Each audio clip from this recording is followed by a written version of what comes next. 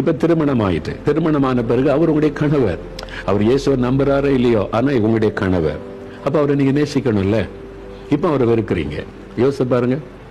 இப்ப அந்த ஆத்மா அவருக்கு இயேசு பத்தி தெரியாது. இயேசு தனக்கா மரித்ததை நம்பாதவர். அதனால அவர் மத வைராக்கியத்துல சொல்றாரு. இப்போ நீங்க அவருக்காக உத்தரவாதம் பண்ணி ஜெபிக்கணுமான அவரை நேசிக்கணும்ல. இப்ப நீங்க வெறுக்கிறீங்க, வெறுத்துக்கிட்டே ஜெபிக்கிறீங்க. மாறணும், எனக்கு சர்ச்சை கூட மாட்டேங்கிறார், அது கூட மாட்டேங்கிறார் அப்படின்னு சொல்லி.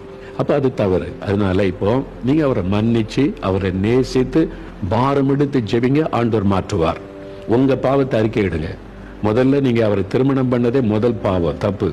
வசனத்தின்படி, வேத வசனத்தின்படி ரட்சிக்கப்பட்ட ஒருவர் ரட்சிக்கப்படாத ஒருவரோடு திருமண வாழ்க்கையில இணையக்கூடாது அப்படின்னு வசனம் சொல்லுது. அது கிறிஸ்தவராக இருந்தா கூட பரவாயில்ல, சர்ச்சை கூப்பிடலாம், வசனத்தை சொல்லி பேச முடியும். இவர்கிட்ட போய் வசனத்தை நம்பாதவர், இயேசுவை நம்பாதவர்கிட்ட வசனத்தை வச்சு பேச முடியுமா? யோசித்து பாருங்க. அப்ப நீங்க பாவம் செய்துட்டீங்க. அதை அறிக்கையிடுங்க. அப்பா அம்மாட்ட மன்னிப்பு கேளுங்க. நான் தப்பு பண்ணிட்டேன், நீங்க சொல்றதை கேட்காம போயிட்டேன், வசனத்தை கீழ்ப்படியல. முதல்ல உங்களை தாழ்த்துங்க. ரெண்டாவது, கணவரை நேசிங்க. அவர் இயேசுவை வெறுத்தா கூட நீங்க அவரை நேசித்து அவருக்கு முன்னால சாட்சியா வாழ்ந்து ஜெபம் பண்ணுங்க. ஆண்டவர் மாற்றுவார்.